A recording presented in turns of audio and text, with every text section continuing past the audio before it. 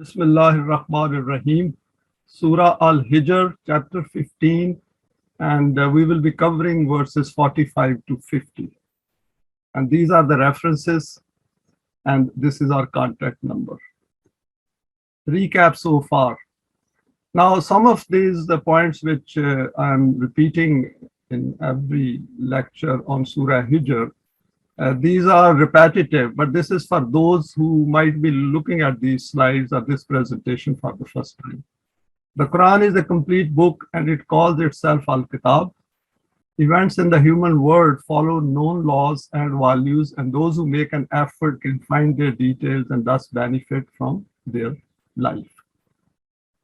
Those who pass the message of Allah to others should never be fearful of being called insane or mad. People take time to accept the guidance of the Quran. We discussed this point in a fair amount of detail previously, but this is going to come back again once we go to other verses. People who look for miracles in worldly life do not understand the functioning of the law of requital. In the human world, there is nothing miraculous. Law of requital, generally people know as cause and effect, but they do not know, many of them, that it is very precise law. And its functioning and understanding its functioning helps us to hold our own self accountable. So we, as a result of that, we know our own thoughts and we also know the consequences of our decision making. So it puts life in our own control at a very high conscious level. The Quran, that is the Arabic text, is preserved and protected for all times. There are enough resources for sustenance kept in the planet for all times for mankind. We need to use our intellect to utilize the available resources in the era in which we exist and make efforts to discover more. Many of these resources need to be made sustainable for all times and should be employed for the good of the whole of mankind. Our life in this world offers us the opportunity to either advance or to lag behind. And another thing over here I will add is that we should always keep the deadline in front. That is, we are not here for infinite time. This life is the one on which the next life depends. So our actions here, our thoughts and actions here are the ones which are extremely valuable, and we should utilize the values of the Quran to guide us. It depends on our choice. The Quran helps us to make the right choices in our life's journey and not to be fearful of this life, that I'm being accountable and I don't know what is going to happen to me. If we follow the guidelines given by the Quran, there is great leeway given in the Quran, allowance in the Quran, which takes care of all the difficulties in which we are living and passing our life. And Allah knows the system takes care of the problems created by the man-devised system. Everything in the world is created from water. Life and death in the universe follows Allah's laws, and these are kept outside the control of human hands. For example, every human self will taste death. The existence of Iblees is related to despair within our psyche, and we need to be aware of this state of ours. We went through a fair amount of detail on this issue, but there is a presentation on Iblees and Shaitan, and for further details, we can have a look on that as well. I will provide its link at the bottom of this presentation. The respite given to Iblees, as noted in the Quran, is up to the time when Deen gets established. Now let us look at the first verse for today, 1545. By becoming Muttaqeen, the human self acquires eminence and loftiness. Innal Muttaqeena fi Jannatin wa uyun. Contrary to this, the destination of Muttaqeen, those who, avoiding the pitfalls of life, live life according to the divine laws. They will be amid evergreen, bounteous gardens, fountains of clear flowing springs. Now, I will go through some of these details of this verse a bit more. Further reflections on Muttaqeen, because the first term which has appeared is about Muttaqeen. We generally know about Muttaqeen, but over here I have made an effort to expand it a bit further.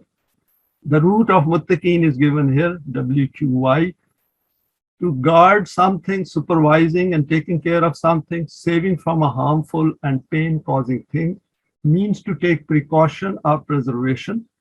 has also appeared in the meaning of taking precaution and protecting oneself. For example, protecting from fire. Avoid breaking the laws of Allah. The term Wattaqullah, which is normally translated as fear Allah, and that is not the way we should look at it, because over here again, Attaqu, the word used is Attaqu, which means the laws of Allah. Wattaqullah, that Allah's laws are to be observed, to be obeyed. Because Quran itself has said that once you are in the system of deen, there will be no fear and huzn. Saying that Attaqullah, you fear Allah, means that then it is going to contradict that statement. So we should keep it in mind that what is the context of this term. The term Wattaqullah, which appears in the Quran repeatedly, means taking into account the laws of Allah, obeying the laws of Allah, living life in accordance with these laws, remaining in conformity to these laws. So imagine if we are aware of all this, and then we are trying our best, even within the constraints of the man-device system, how higher eminence we will acquire, how aware we will be of what is going on within our own head and what we are doing as individuals and as families as well and collectively, and how the world is around us. In verse 3:102, after stating Ya ayyuhallazina amanu taqullaha haqqa tuqatihi. See over here twice the same root has been, the two terms have been used. The Quran guides further by saying Wala tamutunna illa wa antum muslimun. So over here, Quran says, Ya ayyuhallazina amanu, those who have accepted the Iman, follow Allah's laws. And how to follow them? The way those are explained in the Quran. Haqqa tuqatihi. We know about haqq. So that is what the Quran is emphasizing towards us, that this is in your own good. Wala tamutunna illa wa antum muslimun. Make sure that the death does not come to you until you have submitted to these laws and lived on them. We know Iman and Amal Salih, i.e. keep obeying the laws of Allah, and this should continue till the time comes to leave this life for the hereafter.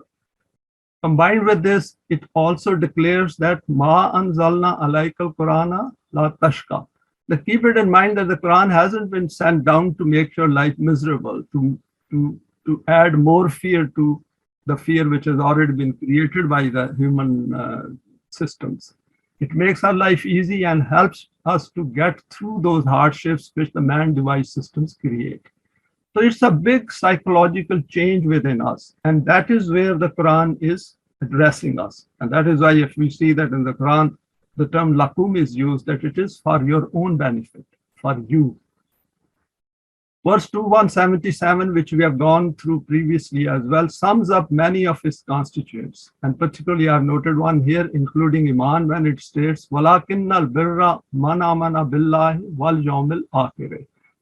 That bir, which is the development of ourself, the expansion of our consciousness, the higher level of awareness will not come unless we have Iman in Allah and in the hereafter. And of course, there are a number of other points later on. Then it goes through a number of important steps and concludes by declaring emphatically. Now, at the end of this verse, that's the point I'm trying to make. Ulaika allazina sadaku wa ulaika humul muttaqun. That these are the people, sadaku, these are the truthful people. These are the people who, through their own conduct, make it clear to everyone and to their own self that they are following the path of truth. And they also prove that what is given in the Quran is also truth. Because if somebody is following the Quran, then he or she becomes a model of that. And that is Muttaqeen. وَأُولَٰئِكَ هُمُ الْمُتَّقُونَ. And Quran then declares that these are the people who have become Muttaqeen. These are the people who bring forth their latent potentials. And we have gone through it as well previously, that the best comes out of us. And this best is not something which we don't recognize. We recognize ourselves that we are now better human beings than what we used to be. The foremost aspect is to create the desire to become Muttaqeen. Very important. First thing is to have a desire, to have a need.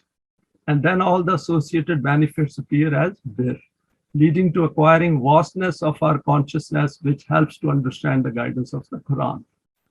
And we have also noticed that as we are going through and sharing these presentations, we are now in a better position to understand the verses of the Quran as we even read ourselves. A lot of points which previously we may not be fully comprehending now, those make far more sense than what they used to make previously. Some more aspects of being muttaqi. The Quran points to many incentives for becoming muttaqi. For example, this is a verse from Surah Al Imran, وَسَارِعُوا إِلَى مَغْفِرَةٍ مِّن رَبِّكُمْ وَجَنَّةٍ أَرْضُهَا السَّمَاوَاتُ وَالْأَرْضُ أُعِدَّتْ لِلْمُتَّقِينَ. The whole universe and its expanse is put before our intellect to reflect on our value as the holders of choice and intent. This is a very powerful verse because over here Quran says, وَسَارِعُوا, make a full effort, make more full striving on the path of Allah together. Ila maghfiratum, for that protection, that security. And this is an extremely powerful, again, attribute, maghfiratum, min rabbikum. See, again, Rububiyyat has appeared over here. Wa jannatin, and as a result, what will happen is that your Jannat, your goal, which is because whole samawat and earth is created for this purpose, that each and every deed of ours becomes manifested and materializes. So you will see that it is spread throughout the universe. It is not that you are just confined to this planet. There is so much ahead of our life in the hereafter, and where the self will find new dimensions to its arena of operation and functioning. Oh, iddat lil muttaqeen, and it is specially created for muttaqeen. So we should never undervalue ourselves, because through Iman we have come to this path willingly, and we are staying on it willingly, and we are steadfastly following it, and we are expanding the horizon of our intellect, our awareness, our consciousness. So all these should become an evidence for us. The purpose of creation is summed up in one sentence by stating, Ya ayyuhan nas ubudu rabbakum allazi khalaqakum wallazina min qablikum la'allakum tattaqun. Again, it is about muttaqeen. So that you become muttaqi. How do you become it? That out of mankind you have come out of it. Ya ayyuhan nas ubudu. It is addressed to whole of mankind that you follow Allah's laws and establish rububiyyat, rabbukum allazi khalaqakum, who has created you. So we should link our creation to that great verse which says that you have been created, so that your deeds become accountable, so that you do such deeds which can establish the system of rububiyyah. Wallazina min qablikum, and this is not in your case, this is continuing for a long time. And la'allakum tattaqun, the whole thing is to become muttaqi. And if you're becoming muttaqi, then you are achieving that purpose of creation of yours. Becoming muttaqi placed within our reach by saying your Rabb, i.e. by pursuing rububiyyat, we become muttaqi. Next verse is, Allah's Jannat is not far away from them. وَأُزْلِفَاتِ الْجَنَّةُ لِلْمُتَّقِينَ غَيْرَ بَعِيدٍ. Over here, Quran has said that this Jannat which you're creating, the moment we acquire Iman and start doing salih deeds and then come together, this Jannat may not be visible, but it has now started to materialize. Lil muttaqeen gaira ba'id, and it is never far away. So with that concept in mind, with that fact in mind, we should keep proceeding forward and keep striving and never give up. Small steps in life. Remember, we did a presentation previously as well, that small steps make a big difference. These may not be visible, their effects may not be visible at this point in time, but their effect are visible to each one of us as we are proceeding forward on this path. They are the ones who want order and balance in the world. Tilkal darul akhiratu naj'aluha lillazina la yuriduna aluwan fil ardi wala fasadan wal aqibatu lil muttaqin. And over here the Quran has very clearly said that this is that abode of the hereafter. That is, whatever we are doing now is having an effect in the hereafter. And over here, what Quran has said is that they aluwan, la yuriduna aluwan, that these are the people who do not look for egocentrism or pride or anything, because they are working on behalf of Allah on the earth, and they want to remove all those imbalances which man-made system creates in the world. Wala fasadun, very important, because they do not create fasad. That means Those who do not follow this path, this is what they will do, and we can witness it across the world everywhere. وَالْعَاقِبَاتُ لِلْمُتَّقِينَ, exactly the same. That remember, if you keep working, this is what the Quran is saying, that if you keep working, first yourself will keep developing, then you will come together, then your differences will get removed, and these will become signs for you that your path is the right one. Remember what Malaika had stated at the time of the creation of Adam. I thought I'll just, as a reminder, put this verse over here. Is Qala Rabbuka lil malaikati inni ja'ilun fil ardi khalifatan qalu atajalu fiha man yufsidu fiha wa yasfiku dima. That when Allah as Rabb, that is again Rububiyyah comes over here, he told Malaika inni ja'ilun fil ardi khalifatan, that there is a plan to create Adam and send Adam as succession of the previous race or previous creation on earth. They in reply they said, Qalu tajalu fiha, that you are going to put someone on this earth who is going to create fasad. See, wala fasad fiha wa yasfiku dima, and he is going to shed blood. And this is the default position of human beings, that is of Iblees, when it is not guided by the wahi of Allah.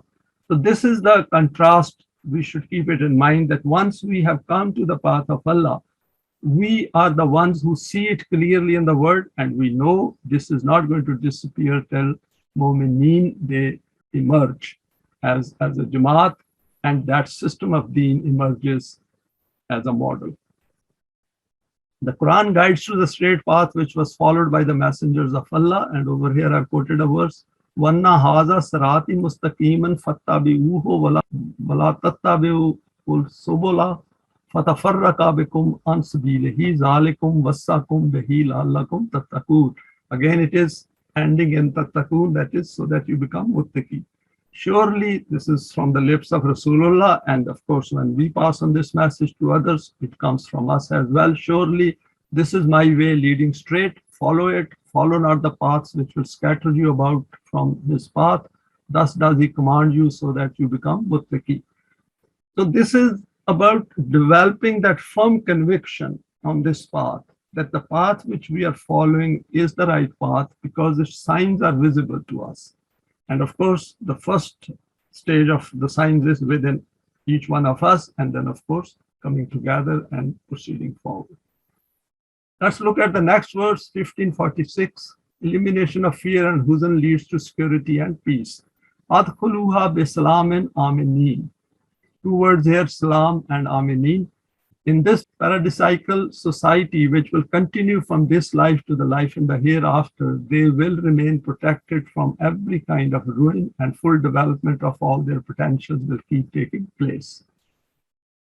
This is a very short verse with 3 terms, but there is a lot into it, and now we will look at those aspects. Over here, first I've quoted a verse. The Quran states, Al-Yawma akmaltu lakum deenakum wa atmamtu alaykum ne'mati wa razaitu lakumul islama deena. Because the word Islam has appeared over there, so I thought this verse is very pertinent. This day I have completed your deen, completed my favor upon you, and have chosen for you Islam as your deen. The root of Islam is this one. SLM means Islam is a derivative of this root word, becoming cleansed of every kind of fault and limitation. All kinds of deficiencies rectified, complete development and completion of human potentials, remaining protected from all kinds of dangers and accidents. See how powerful this root is. It has more of being healthy and to be in peace. One divine attribute is as-salam. Salam is that from which other things acquire peace and security. And so if there is no peace and security in the world, because there is no Islam in the world, hence it will mean to remain protected and secured from troubles and disasters. To live in harmony and justice, i.e. to live in peace and security, and to keep peace and security established in the world. To obey, submission, bow down, to follow the laws of Allah completely. There is an element of kindness and humility implicit in this root, but it has to be with a firmness as well, because kindness and humility, where it is required, where we need firmness and direction, then we have to display that as well. treading on a path in a balanced way and not to go astray, adopting the path of balance and proportion, avoiding vain talk and bad behavior. So this is also shade of it. When efforts become fruitful, also includes beauty and adornment. So we can see that briefly that how powerful this root is. So wherever these root will appear, some of meanings will be appearing in that, and we have to see the context. What picture of Islam as a system of life appears from this root and its application? All human limitations are compensated and his potentials become developed completely, in which he remains protected from all disasters and ruins of life. See how much the Quran is helping us and guiding us, that all these natural disasters need a very high standard of infrastructure on ground so that human life is not lost. By progressing through his evolutionary stages, he keeps ascending to ever new heights. In his own self, he remains in peace and security, harmony and tranquility, and is a cause for peace and security in the world. So there's no point myself being in peace and security and sitting in the house and thinking that I'm all right, Jack, the rest can take care of themselves. Over here, once this comes into us, it becomes part of our self, then we need to do our best in the outer world. In the journey of life, he treads in harmony with other members of society and never does anything which causes provocation to anyone else. And in this way, the social system is ruined. He obeys the laws of Allah established through the human hands completely and bows down his head and heart. We have gone through some of verses on this aspect. All to be carried out with complete balance and justice. This will lead to the fruition of his efforts and no deed will go wasted, and it is evidence-based. And from this, we can also make out that how much effort people spend on rituals and customs and others, which produce nothing in the outer world for the good of whole of mankind. And we should keep it in mind that whatever we do in life, it should have some positive effect in the outer world. This will lead to balance in his own self and also balance in the whole society. Anyone going against this will never ever be able to produce these kinds of outcomes and ultimately will lead to loss and ruin. And Quran has very clearly said, وَمَنْ يَبْتَغِ غَيْرَ الْإِسْلَامِ دِينًا فَلَنْ يُقْبَلَ مِنْهُ وَهُوَ فِي الْآخِرَةِ مِنَ الْخَاسِرِينَ. Without following this, we can never ever get rid of fear and huzn in the world. Because as we have seen that human beings cannot do this unless this becomes part of ourself. 1546, further reflections. With this brief explanation of the root word and some salient points of the system of Islam, verse Adkhulu ha bi salamin aminin states in powerful terms all that is encompassed in this word. If we do not have this system here in this world during our lifetime, then we need to continue striving in this direction with whatever means we have. So if the system doesn't materialize or even we do not see the signs of it, that doesn't mean that our efforts have gone wasted, because our own self and its higher status and eminence, it becomes an evidence for ourselves that what we are following with others, together with others, is producing results, though those results are tangibly not yet visible.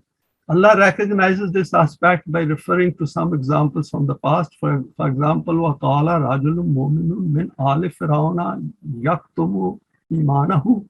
If you remember that there was a higher up in the court of Pharaoh, when Pharaoh said that I'm going to kill Moses, he stood up and he said, why do you want to kill him? What's his fault? All he's saying is that we should follow the laws of Allah. And if we don't want to follow, that is fine. But you can't kill him just because he says something. He hasn't done any harm to you. And over here, Quran has beautifully said, Mu'minun min ali Fir'auna. He was among the people of Fir'aun. But he had kept his iman partly to himself up to that point. And Quran has appreciated that.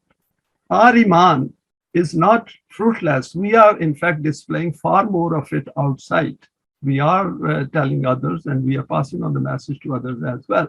So see, this is the basic fundamental of the threshold level to which Quran has saved this statement of movement in the Quran for all times for all of us. And next is, here is another powerful statement of the Quran for us in verse 66:11.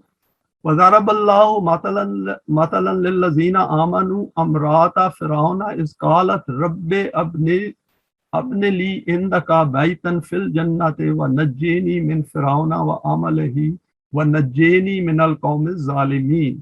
After acquiring Iman, Pharaoh's wife expresses that this present state is unacceptable to her, and the Quran agrees with this statement. Then she wishes to come out of this state of injustice. If we look at this verse, which Quran has again quoted like the previous one, where the Mu'min had concealed his Iman up to that point and finally he came out. The wife of Pharaoh is the one who is also in the same state, where she has seen the wrongs being done by her husband over there, and she has also seen the confrontation of Moses with Pharaoh and trying to tell him and convince him that you should not do what you are doing to Bani Israel, and of course to other people as well. And she recognizes that this is wrong and she accepts it, and then she says Rabbi. The same word used over here is not Allah but Rabbi. So she understands the need for a just system because she is a victim of the wrong system. Whereas if we look at her, she is enjoying all the benefits of the system because she is in palaces and she's got everything which she can wish for, but still she is not happy with that. So this is something which points to us that even if we are beneficiaries of the man-made systems, we have to look at it on a universal basis, that what the system is doing to others, because other human beings are suffering and mu'mineen have responsibility to do something about them. So over here, she very clearly says and prays that I don't want to be part of this system. I don't like this husband who is following the wrong path. Despite having the benefits, I don't like these benefits. And she wants to get out of it because this is a Qawm Zalimeen, because they are unjust people. And this is something which links our Iman with injustices done around us. That if we cannot recognize these injustices and we say we have Iman in Allah, that Iman will not be of the Quran. And that is the point we should keep it in mind, that this is an extremely powerful statement. I never looked at it previously that way, but when I was going through this aspect, then I said, wait a minute, let me look at that verse again. And this is an extremely powerful statement by her, that she is staying within that system. She is the beneficiary of the system. Still, she does not like it and wants to be in a system of deen, or the system where there's no injustice to other human beings. And it becomes almost hell for people. Intellectually, it becomes very difficult, agony, torture, anxiety, when there is a lot of wrong being done and you think that I'm okay, but why should I be okay? Just being born here? So these are the kind of questions which should arise in our minds. There are many verses in the Quran which point towards providing safety to mu'mineen from the consequences which ultimately catch up with the evildoers. For example, in this verse, وَأَنْجَيْنَا الَّذِينَ آمَنُوا وَكَانُوا يَتَّقُونَ. So Iman has extremely powerful connotation for human beings, because this is the starting point where we create a new seed, create a new life. And of course, if we have enough time, we then become Muttaqeen. This is in the case of the messenger Lut, because this is coming up later on in this chapter. Now let us go to the next verse, 1547. Human psyche needs to be freed from inner impediments in order to acquire higher eminence for deen. وَنَزَعْنَا مَا فِي صُدُورِهِمْ مِنْ غِلٍّ إِخْوَانًا عَلَى سُرُرٍ مُتَقَابِلِينَ. To whatever extent towards each other, there are reservations that is will in the hearts of the individuals of this society, these will become cleansed. Nothing of prejudice, hate, or deception will remain, so much so that there will be no such secret which they will need to conceal from one another. Like brothers, they will sit on podiums in front of each other with open hearts. Now, there are two terms used in this verse, two terms needing our attention, sururin and ghillu. The word al-ghillu, it refers to the enmity concealed in the heart. In this root, the aspect of concealing is dominant. It is a kind of knot in a heart which does not get removed, and due to this jealousy, dislike, reservation, vengeance, wedge, venom, those vitriolic sentiments which become fomented then emerge. And this we observe around us, that people who do not come to the Quran, or if we have created a sort of a platform where we want to come together and remove our differences, and they somehow have some reservations against it. And this term Gilun refers to that. Because the important thing to which the Quran is drawing our attention is that when your aim is deen, when your aim is to remove zulm from the society, it is not about your individual self. You have come together, you have decided to be together for a very high aim in the path of Allah. Then your own reservations have no place. So try to address those reservations and dislikes and jealousies and egocentrism, because if you do not, then it will not add any strength to this Jamaat which is working on behalf of Allah. So that is the point to which the Quran is drawing our attention. And it's actually a great sign of being Muttaqeen. The foremost characteristic of a Jannati society is that in the hearts of their members there will be no guilt. For example, in another verse, that is 743, the Quran states, وَنَزَعْنَا مَا فِي صُدُورِهِم مِّن غِلٍّ تَجْرِي مِن تَحْتِهَا الْأَنْهَارُ قَالُوا الْحَمْدُ لِلَّهِ الَّذِي هَدَانَا لِهَٰذَا وَمَا كُنَّا لِنَهْتَدِيَ لَوْلَا أَنْ هَدَانَا اللَّهُ لَقَدْ جَاءَتْ رُسُلُ رَبِّنَا بِالْحَقِّ وَنُودُوا أَنْ تِلْكُمُ الْجَنَّةُ أُورِثْتُمُوهَا بِمَا كُنْتُمْ تَعْمَلُونَ. Over here, then the verse commences with the same wording and then ends by stating that this paradise is based on your own deeds. Hence, no one can snatch it from you, i.e., the state of the self which you have acquired defines you, and you are fully aware of this state of yours. So again, it states from here is that veil is removed. And of course, they have removed it themselves.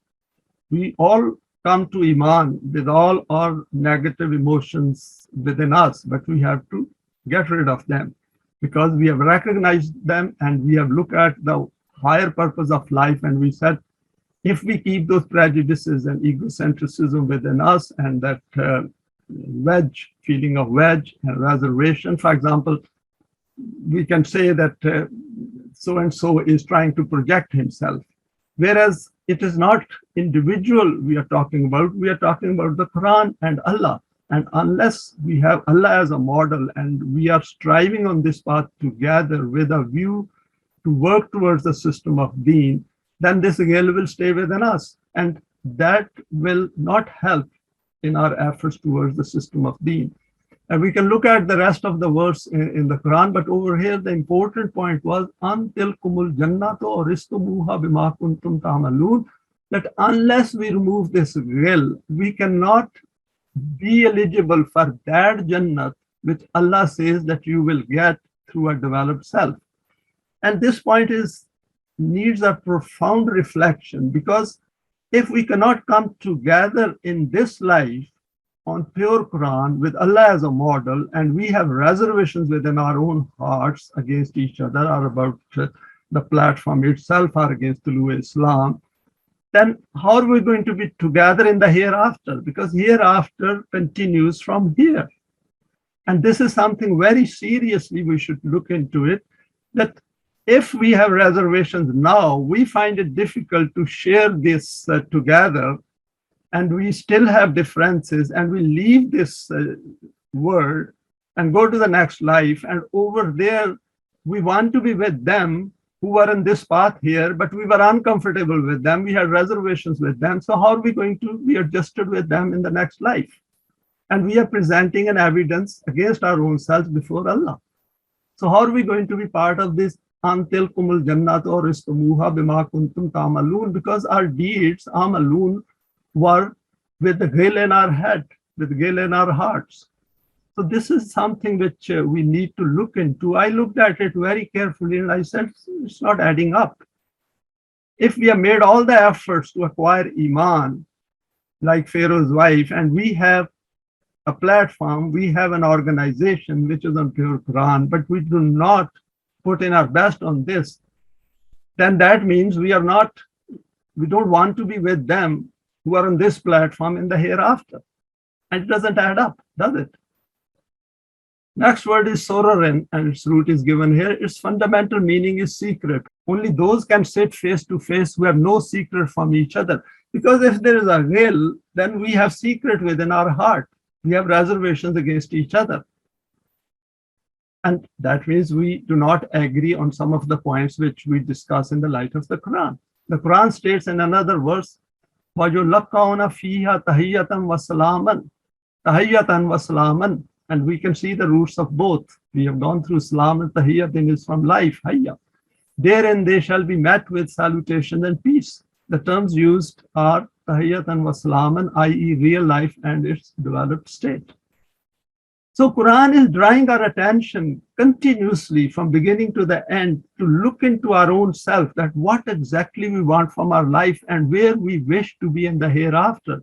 Do we wish to be with those who are on the pure Quran, or we want to be with them who are not on the pure Quran? Removing these impediments is the prerequisite to the understanding of the Quran as being. In this verse, the Quran has drawn our attention to some important psychological issues of the human self, living life without the guidance of the Quran. We need to pause and reflect by asking a question: do we recognize this limitation of our psyche? And if we do, then do we wish to deal with it? So the first point is to recognize it. And it's very easy. Do we find really inclined towards through Islam and its efforts towards pure Quran? All the books which Allama Parvez has written, and we have gone through them, do we agree with what he has written in the light of the Quran? Do we see a need for the system of deen in the world? Are we happy the way man-made system is working in the world? Do we see any poverty and slavery and exploitation in the world? So these are the kind of questions, just like Pharaoh's wife, we have to look at them and see that are we analyzing these things correctly in the light of the Quran? The evidence of this negative state we witness in our day-to-day living, for example, expression of jealousy, envy, negative thoughts arising in minds, egocentric thinking, differences not getting removed despite coming to the Quran, i.e. having reservations and doubts whether this can be achieved. Why is the Quran asking us to strive to eliminate it? And that's an important question. The reason is that ghil holds back the manifestation of those potentials as divine attributes which can be brought out by removing these proclivities of ourselves.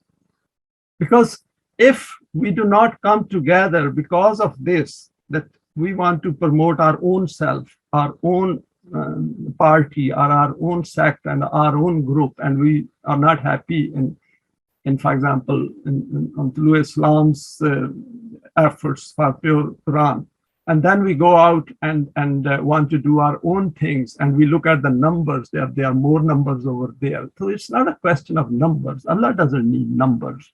He needs mu'mineen. And if there is not a one single moment on this earth, it will make no difference to Allah. The loss is ours. This zulm will continue in the world. And this is something which we should keep it in mind. These are not small steps which we have taken. They are massive steps we have taken towards the understanding of the Quran by acquiring Iman and coming to this path of Allah. These are our inner impediments which are there as part of our initial makeup and need to be identified and then removed by coming together. Just to reflect on the aspect of being together. By remaining isolated, this simply cannot be removed, and by interacting with those who have no interest in the Quran, this cannot be achieved. Next is, this is essential to become innamal mu'minuna ikhwatun.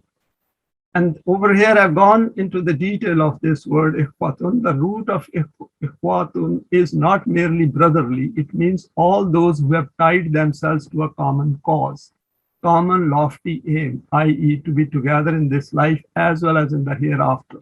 I will repeat it.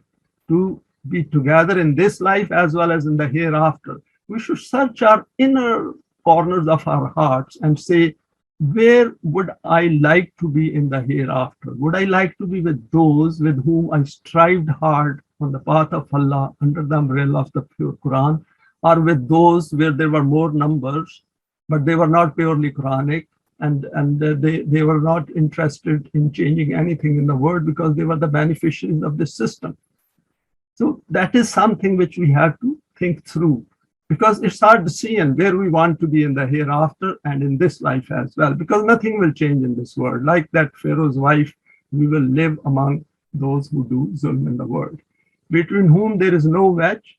At a lower level, this can be part of the same tribe, but the Quran takes us far higher than our physical affinities.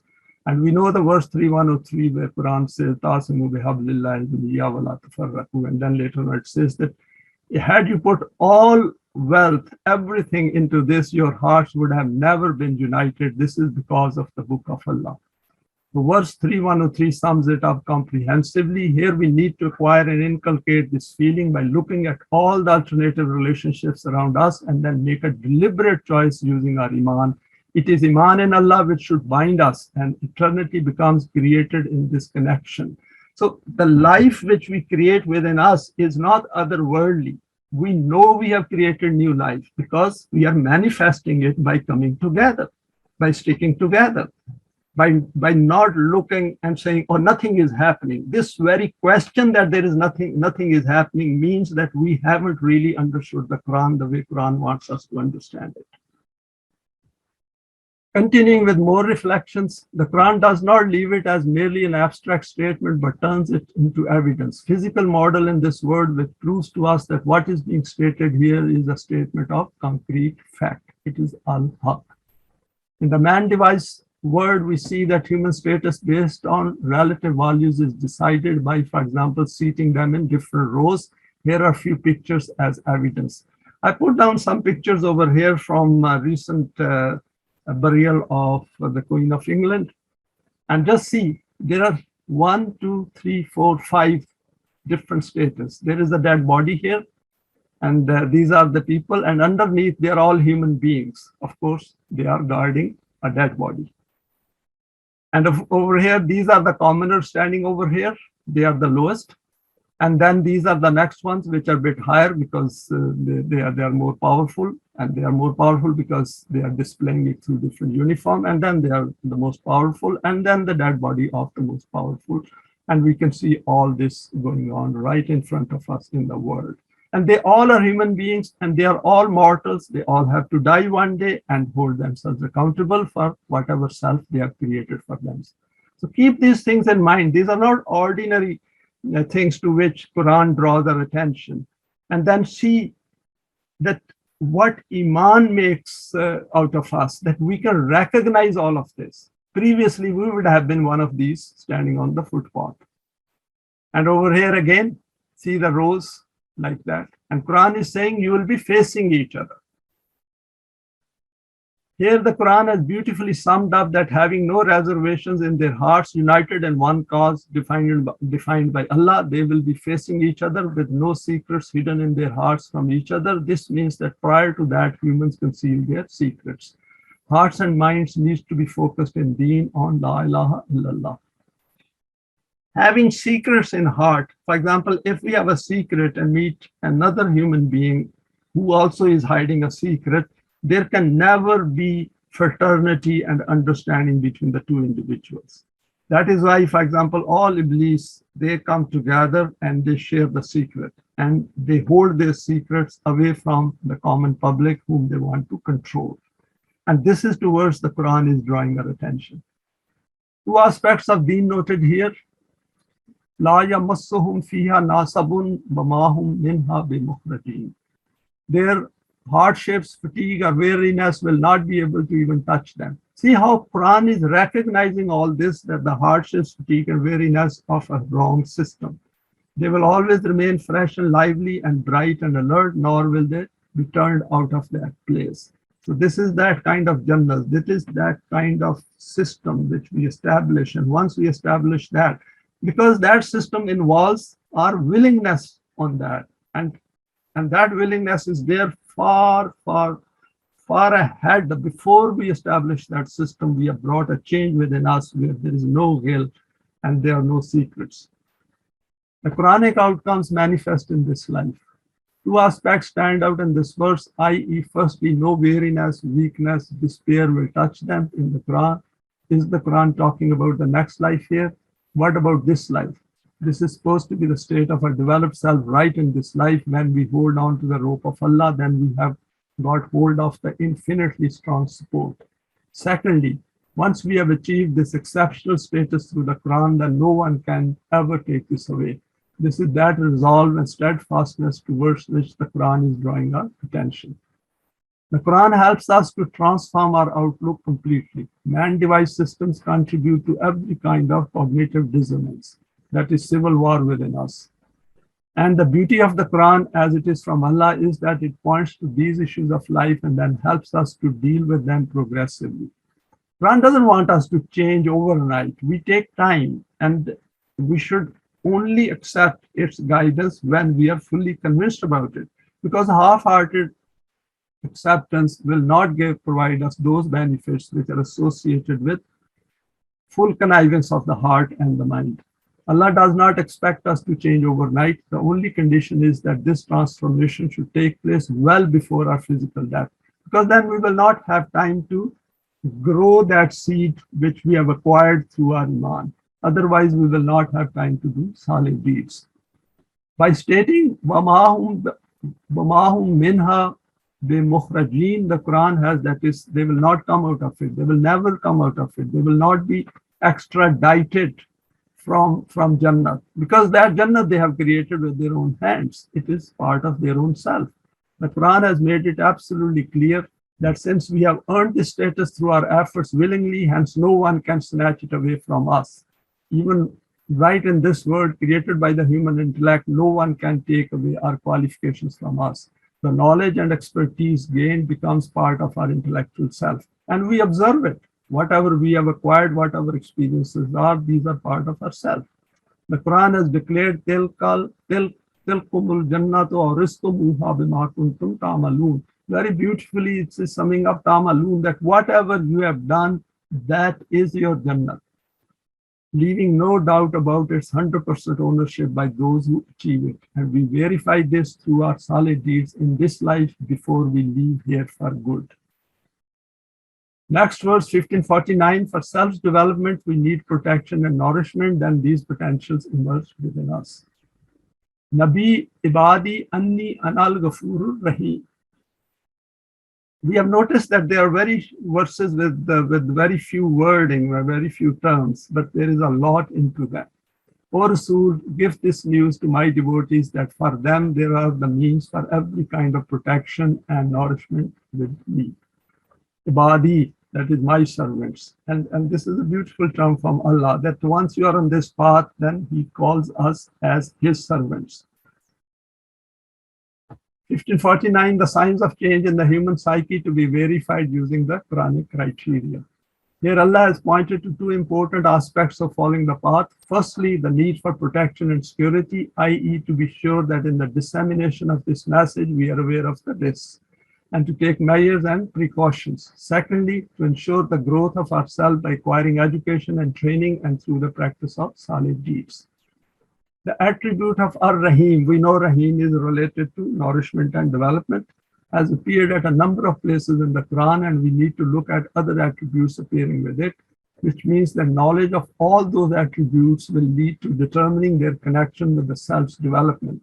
For example, right at the beginning is Bismillah Rahman Rahim, that is Rahman and Rahim. We have gone through it, that Rahman refers to emergent evolution and Rahim is progressive evolution. Rauf and Rahim, Rauf is with the love and affection, Rahim is, of course, that is part of development. Same is Rahimun Wadud, Rabbi Rahim, Tawwabur Rahim. So I put down some of these terms over here because as we go through the Quran at our own, we should keep that in mind, that what exactly is being referred here as part of Rahim, that is the nourishment and development. The root of Ibadi is Abd, which means carrying out a task with the desire and motivation of the heart. Very important.